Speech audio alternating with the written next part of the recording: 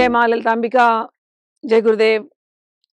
भगवान शिव को और अपने समस्त गुरु परंपरा को मैं प्रणाम करती हूँ। और आज तंत्र विषयक कुछ बातों को उसको समझाने वाली हूँ। मेरे पास बहुत यंगस्टर्स और जो तंत्र के मार्ग में जो चल रहे हैं, उन लोगों को बहुत सारे ऐसे इंस्टाग्राम पे रील्स दिखाई देते हैं या कभी यूट्यूब पे दिखाई देते हैं जिसमें तंत्र के पंचमकारों को लेकर के बातें होती हैं, जो बहुत भ्रामक हैं। कई बार कुछ लोग कहते हैं कि देवी को बलि चाहिए या देवी मदिरा पान करती है, या जो पंचमकार में है मांस, मदिरा, मीन, मुद्रा, मैथुन, ये जो पंचमकार, इसके ऊपर मैंने पहले भी एक वीडियो बनाया है पंचमकार की, और भी जगह-जगह जब-जब हुआ है बातें की हैं। अब मैं इसको डिटेल में समझाना चाहती हूँ कि आखिर ये है क्या? भगवान के नाम पर, देवी के नाम पर, शिव के नाम पर, और तंत्र के ऐसे कुछ-कुछ ऐसे क्या कहते हैं कि कोई-कोई ऐसे श्लोक कहीं से उठा लेते हैं लोग, उसको हाइलाइट करते हैं कि देखो, ये कहा गया है। अच्छा, तो आप लोग जो हाइलाइट करके पथ भ्रमित करते हैं, भगवान शिव और मेरी गुरु परंपरा ने मुझे ये आदेश दिया है कि इस बात को खुल करके समझाओ कि क्या उन्होंने कहा, उसका क्या अर्थ था और उसको निरर्थक कैसे बनाया गया है कलयुग में। कलयुग आगे चल करके घोर और घोर होने वाला है। उसमें भक्ति, भावना, तंत्र, ये जो सिखाए गए थे, ये सब कुछ छुप जाने वाला है, लुप्त हो जाने वाला है। तो उसके लिए कार्यरत होना पड़ेगा। जब-जब धर्म की ग्लानि होती है, धर्म को पुनः स्थापना करनी होती है। और तंत्र में तो भगवान शिव ने स्वयं कहा है, स्त्री गुरु की यहाँ सबसे ज़्यादा महत्वपूर्ण बात कही है। तो जो शक्ति की हम पूजा करते हैं, माँ की जो हम पूजा करते हैं, उनको समझाते हुए, हमारे माता-पिता, शक्ति, तंत्र में शक्ति की पूजा होती है, वो हमारी माँ है। हमारी माँ ने भगवान शिव से क्या प्रश्न किए हमारे लिए, और भगवान शिव ने क्या उत्तर दिया, वो हम अब श्रवण करेंगे। ये जो कुछ वीडियोस की सीरीज चलेगी, उसके अंदर ये पंचमकारों के ऊपर मैं बात करने वाली हूँ। मैं बात नहीं करने वाली हूँ, मैं आप लोगों को वो श्लोक सुनाने वाली हूँ जो भगवान शिव ने स्वयं कहा है। एक बात समझनी चाहिए कि तंत्र जो फैला,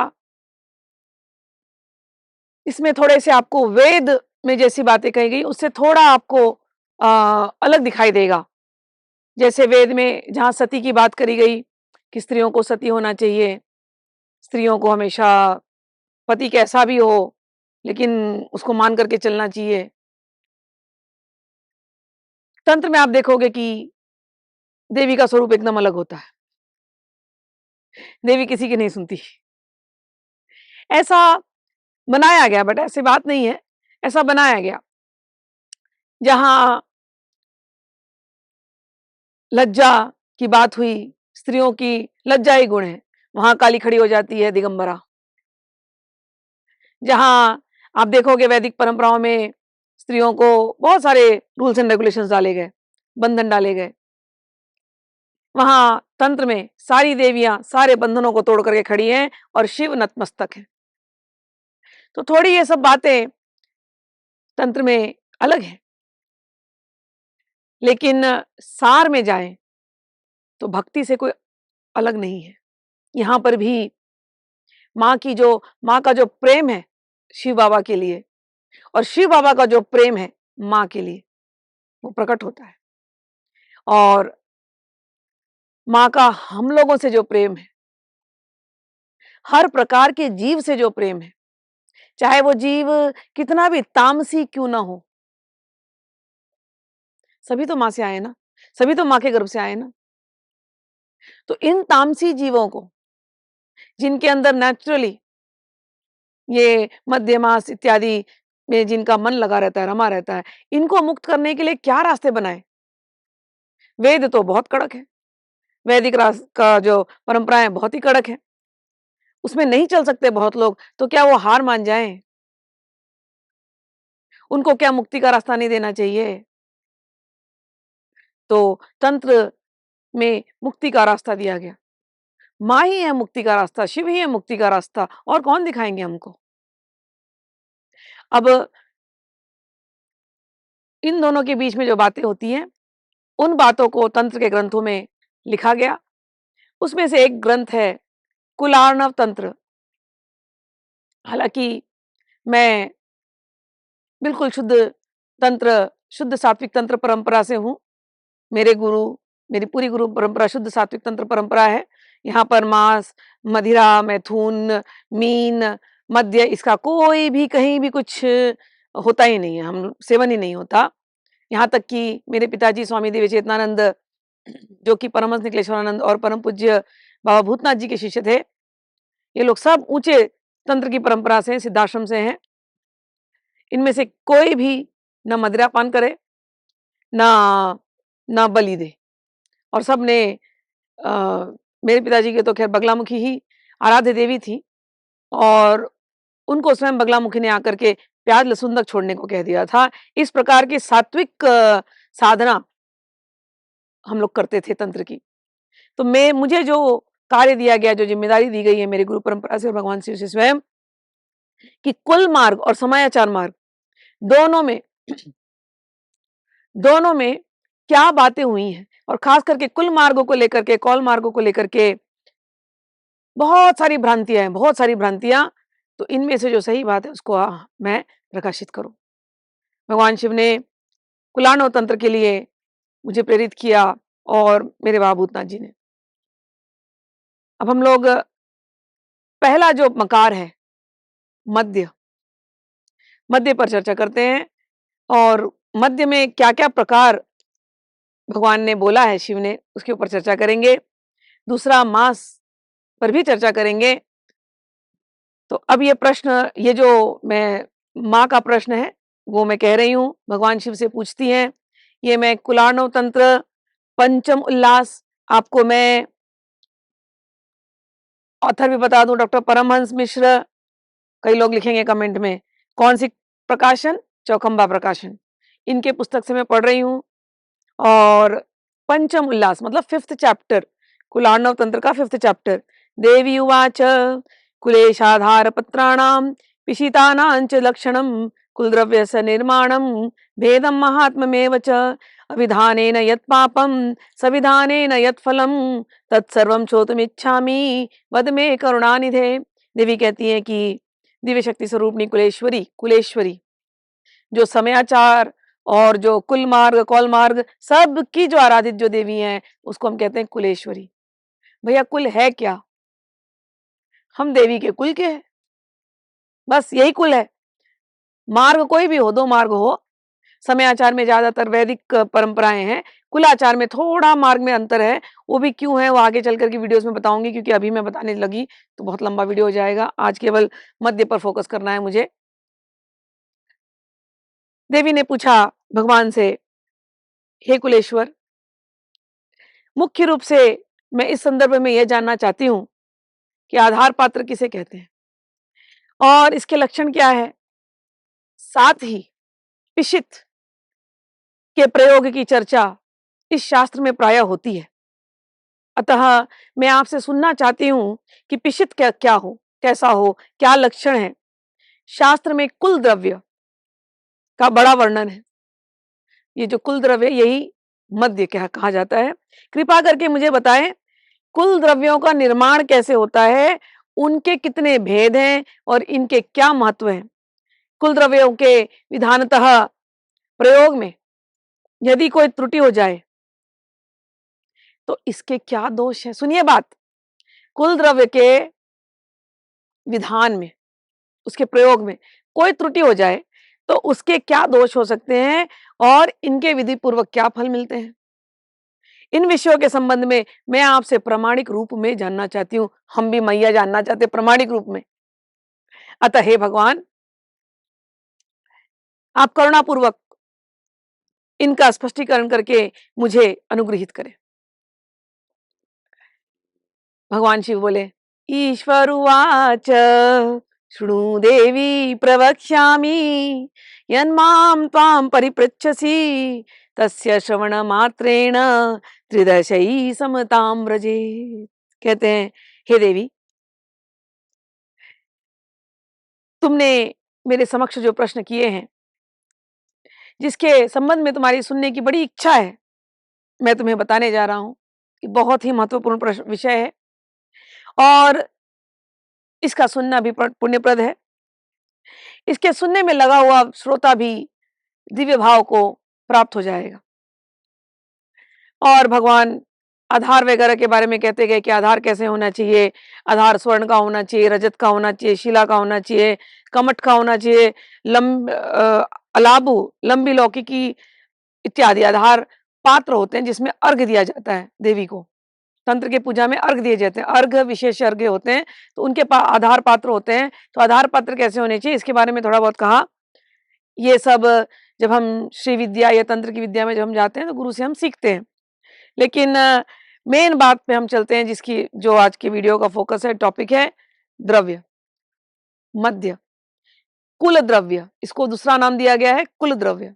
ठीक, तो कहते हैं आज एक द्रव्य का नाम लेती हूं।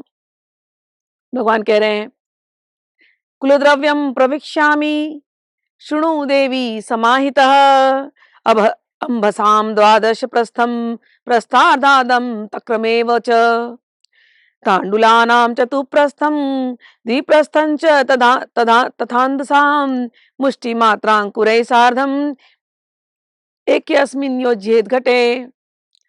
अब मध्य की बात होती है ना, तो लोगों को लगता है बस दुकान से जाओ, खरीद लो बोतली, चढ़ा दो देवी को, अब ये तो प्रसाद है, हम पिएंगे। और क्यों पिएंगे भैया? भैया शिव जी ने बोला है। कहाँ बोला है? कहीं तो हमने पढ़ा था व्हाट्सएप के किसी फॉरवर्ड में। अरे हाँ, होता है, माँ को चाहिए। कोई तामसिक ऐसे भक्त लोग होते हैं जिनको ये चाहिए शराब, और वो भगवान के नाम पर, देवी के नाम पर शराब के प्रसाद चढ़ाते हैं, शराब पीते हैं, दुकान वाली शराब। न शास्त्र खोल के कभी पढ़े, न शास्त्र खोल के कभी देखे कि कहाँ देवी ने क्या कहा, कहाँ शिव ने क्या कहा। आज उस शास्त्र को खोल के बता रही हूं कि भगवान शिव ने क्या कहा। अगर आपको मद्य चढ़ाने का इतना शौक है तो जैसे भगवान शिव ने कहा ना, अक्षरशः आप मद्य वैसे चढ़ाएं। अब भगवान शिव मद्य कैसे बनाते हैं, जो मद्य की जो आप बात कर रहे हो ना, मद्य नहीं कहते उसको हम, वो शब्द ही नहीं है, राइट। कुल द्रव्य ये शब्द है। उस कुल द्रव्य को कैसे बनाते हैं? आप ऐसे बनाओ, क्योंकि देवी ने पूछा कि उसको बनाते कैसे जो कुल द्रव्य होता है। तो आप यदि माता के भगत हो, माँ के नाम पे शराब चढ़ा रहे हो, गंदी ठेके की या जो भी चढ़ा रहे हो आप, तो माँ ने क्या क्या पहले सुन लो, और शिव भगवान ने क्या क्या पहले सुन लो। इस प्रकार से यदि आप कुल द्रव्य बनाते हो और माँ को अर्पण करते हो तो ठीक है, अगर नहीं बनाते हो तो ये माँ लेती नहीं है। यदि तुम लेते हो तो एक ही चीज कह सकती हूं, महिष मत बनो, महिषासुर मत बनो, भैंस बुद्धि मत बनो। सुनते हैं क्या कहते हैं भगवान शिव। इस प्रकार के आधार के संबंध में अपने विचार प्रकट करने के बाद भगवान शंकर कह रहे हैं, देवेश्वरी, मैं तुम्हारे सामने कुल द्रव्यों के संबंध में क्या शास्त्रीय मान्यता, सुन लो शब्द, शास्त्रीय मान्यता, क्या शास्त्रीय मान्यता है इसका स्पष्टीकरण करने जा रहा हूं। तुम समाहित भाव से, आप सबको कह रहे हैं, ध्यान से सुनो, ध्यान से सुनो देवी समाहिता, समाहिता भाव से तुम सुनो। और सर्वप्रथम मैं तुम्हें जिस कुल द्रव्य की बात कर रहा हूं उस कुल द्रव्य का नाम है पैष्टी। वोडका नहीं, रम नहीं, जिन नहीं, विस्की नहीं, स्कॉच नहीं, क्या नाम दिया? पैष्ठी, पैष्ठी। अब भगवान कहते हैं मैं इसके बारे में तुमको बताता हूं। क्या करना है? आप लोगों को देना है ना, ऐसे करना जो भगवान शिव बता रहे हैं। इसके प्रयोग के लिए पहले एक पका मिट्टी का घड़ा लाना, ढूंढो जाके मिट्टी का घड़ा कहाँ मिले, और उसमें 12 प्रस्थ जल छोड़ना। 12 प्रस्थ होता है, प्रस्थ का अर्थ होता है 400 ग्राम करीब। तो उसमें 400 ग्राम करीब जल छोड़ना। उसके बाद उसमें क्या डालना है? 1 प्रस्थ मट्ठा डालना है। 1 प्रस्थ 400 ग्राम मट्ठा। मट्ठा जानते हैं ना क्या होता है? छाछ बोलते हैं कोई लोग, पंजाब में लस्सी बोलते हैं, नमकीन लस्सी। तो इसको कहते हैं मट्ठा। दही लिया, दही को पतला किया, दही को पतला, दही को उसमें डाल दिया, नमकीन, उसको कहते हैं हम लोग मट्ठा। दही मथ करके डालना, उसको कहते हैं मट्ठा। तो कहते हैं उसके बाद उसमें 100 ग्राम और मट्ठा डाल दो, 200 ग्राम, आधा प्रस्थ। इस तक्र के मिले जल में 4 प्रस्थ चावल, 400 ग्राम चावल और 2 प्रस्थ अंधस मिलाना चाहिए। अंधस भोज्य अन्न को ही कहते हैं। अंधस दूध के मक्खन को भी कहते हैं। तो क्या डाला? मट्ठा, जल, मट्ठा, चावल, मक्खन, सबकी एक मात्रा दी गई, एक रेशियो दी गई। और इनके साथ इनमें 1 मुट्ठी क्या डालना है? दुर्वा अंकुर। दुर्वा, दुर्वा गणेश जी को चढ़ती है ना, दुर्वा औषधि है। दुर्वा, जब शुगर हमारी बहुत हाई हो जाए ना, तो दुर्वा चबाने को कहते हैं। दुर्वा शरीर के बहुत सारे प्रॉब्लम्स को दूर कर सकती है, दुर्वा में वो ताकत है। तो ये जो आप बना रहे हो, क्या बना रहे हैं? छाछ, छाछ के अंदर चावल, चावल के अंदर मक्खन, मक्खन के अंदर दुर्वा। ये क्या है ये? ये शराब नहीं है, ये औषधि है, औषधि। मट्ठा पीते हैं ना, पेट खराब होता है, अरे मट्ठा पी लो भैया, पेट ठीक हो जाएगा। ठीक। और क्या करना है? शीतादि रहिते स्थाने स्थापये दिवसद्वयम् तस्माद् अग्निम समारोप्य जंबाल सदृशम पचेत। इन पदार्थों के मिश्रण से पूर्ण घड़े को एक ऐसे स्थान पर 1-2 दिन रखना चाहिए, जैसे हम दही जमाते हैं ना, वैसे ही। तो 1-2 दिन ऐसे रख दो, 2 दिन रख दो यहाँ पर। और कहते हैं कैसे स्थान पे रखना है? जो बहुत ठंडी ना हो और जो बहुत गर्म भी ना हो, बिल्कुल मतलब एकदम सही टेम्परेचर हो, जैसे हम दही रखते हैं जमने के लिए, बिल्कुल आपको वैसे रखना है। तो चावल आपने डाले, बाकी सब डाले उसके अंदर, तो वो जम जाएँगे थोड़े दिन के अंदर।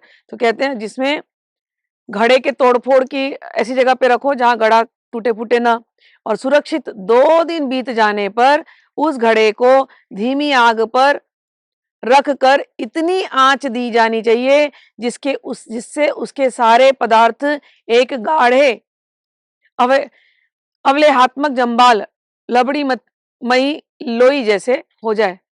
समझ में आ रहा है? ये बता रहे हैं मध्य कुल द्रव्य कि इसको जाके घड़े पे पकाओ, पकाते पकाते पकाते पकाते ये जम जाएगी और लोई की जैसे।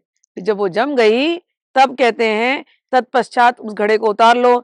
अवारोप्य पुनः शीताम अवस्थाम प्राप्ये ततः, फिर उसको उतार दो, फिर उसको ठंडा कर दो। पादोन प्रस्थखै पृष्ठवा हस्ताभ्याम मेलयेत सुधि, और उसके बाद जब वो ठंडा हो जाए और वो पदार्थ जम करके कड़ा हो जाता है, तब उसमें से एक एक प्रस्थ का मात्र 3/4 भाग लेकर के पीस लो। फिर ये जो बन जाएगा ना ये लोई, फिर ये आटे जैसा बन गया, फिर ये सूख जाएगा, सूख करके उसको छोटा-छोटा लोई लेकर के उसको बना करके पीस डालो और उसको मसल करके चूर्ण में परिवर्तित कर दो। परस्था प्रस्थादर्धान तंडुलन वाप परे समुद्धरेत सम्यक समर्द्य तक्रेण पाकम लोडय मेलयेत एषा पैष्ठिति विख्याता पूजिता देव दानवही। अब कहते हैं, अब ये जो पिष्ट, इसको पिष्ट कहा, ये जो बनाया आपने इस चूर्ण, अब कहते हैं अब इस पुष्ट चूर्ण भाग को अलग करके उसमें चावल का आधा प्रस्थ यानी और 400 ग्राम फेंट कर मिला दें और एक दिन इस मिश्रण को पड़ा रहने दें। फिर दूसरे दिन उसे अलग करके उसमें गाय के मट्ठे को डालकर अच्छे से उसको मिला दें। अब इस पाउडर के अंदर और चावल डाला, चावल को डाल करके इसको सूखने दिया, फिर गाय के मट्ठे में इसको डाला और फिर मिलाते फेंटते पूरा पदार्थ मिल करके एक मध्य रूप में बन जाएगा। यह मदिरा पैष्ठी मदिरा कहलाती है। ये कुल द्रव्य है, ठीक है ना। ऐसा पैष्ठिति विख्याता पूजिता देव दानवही, जिसको संसार में लोग मदिरा कहते हैं, मद्य कहते हैं, भगवान कह रहे हैं ये पैष्ठी कुल द्रव्य है। नाम क्या है? याद रखना, हम मदिरा नहीं चढ़ाते देवी को, हम कुलद्रव्य चढ़ाते हैं। कुलद्रव्य ये तरीके से यदि आपने बनाया है देवी के लिए, ऑफर इट प्लीज़, भगवान शिव ने बताया है ये तरीका। और वो जो आप गंदे तरीकों को अपना रहे हो और कह रहे हो कि तंत्र में ये कहा जाता, नहीं, नहीं, नहीं, नहीं। ठीक है? तो मैंने आज आप लोगों को पैष्ठी जो कुलद्रव्य है, वो क्या होती है, उसके बारे में मैंने बताया। यह पैष्ठी मदिरा कहते हैं भगवान, ये बड़ी सुंदर लाभप्रद होती है। देवों, दानवों द्वारा समान रूप से आदृत मानी जाती है। क्यों ना हो भैया, इसके अंदर है क्या?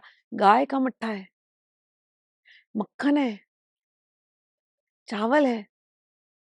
और इसको इस प्रकार से, जिस प्रकार से भगवान ने बताया, बनाने के बाद ये दवा बन जाता है। इसका पूरा एसेंस आ जाएगा, पूरी पौष्टिकता इसकी आ जाएगी एक साथ। फिर उसको आपने दूध में मिक्स करके पी लिया, मट्ठे में मिक्स करके पी लिया, तो आप तंदुरुस्त होंगे, आपका लीवर खराब नहीं होगा। तो इसको हम कहते हैं पैष्ठी कुलद्रव्य। तो ये भगवान ने एक कुलद्रव्य बताया है। ये वीडियो यहीं रोकती हूँ। दूसरे वीडियो में आपको दूसरी कुलद्रव्य के बारे में बताऊंगी। उस कुलद्रव्य को कहते हैं गौड़ी कुलद्रव्य। आपकी भाषा में मदिरा, तंत्र की भाषा में कुलद्रव्य, गौड़ी कुलद्रव्य, या आप कह दो गौड़ी मद्य, कोई बात नहीं है, शराब नहीं है ये। ठीक, चलिए, तो अब ये वीडियो यहीं रोकते हैं। अगले वीडियो का इंतजार करना। गौड़ीय कुलद्रव्य के बारे में चर्चा करेंगे। भगवान शिव आप लोगों के अंदर की सारी भ्रांतियों को दूर कर दे और हम तंत्र के सही रूप को, सही स्वरूप को समझ पाए। ऐसी मैं भगवान शिव से और अपने पूरी गुरु परंपरा से प्रार्थना करती हूँ कि मेरे श्रोतागण तंत्र के, तंत्र शुद्ध सात्विक तंत्र के का जो सही स्वरूप है उसको समझ पाएं और उसके सोपान पर जा पाएं। जय जय भगवान शिव, जय गुरुदेव, जय माँ।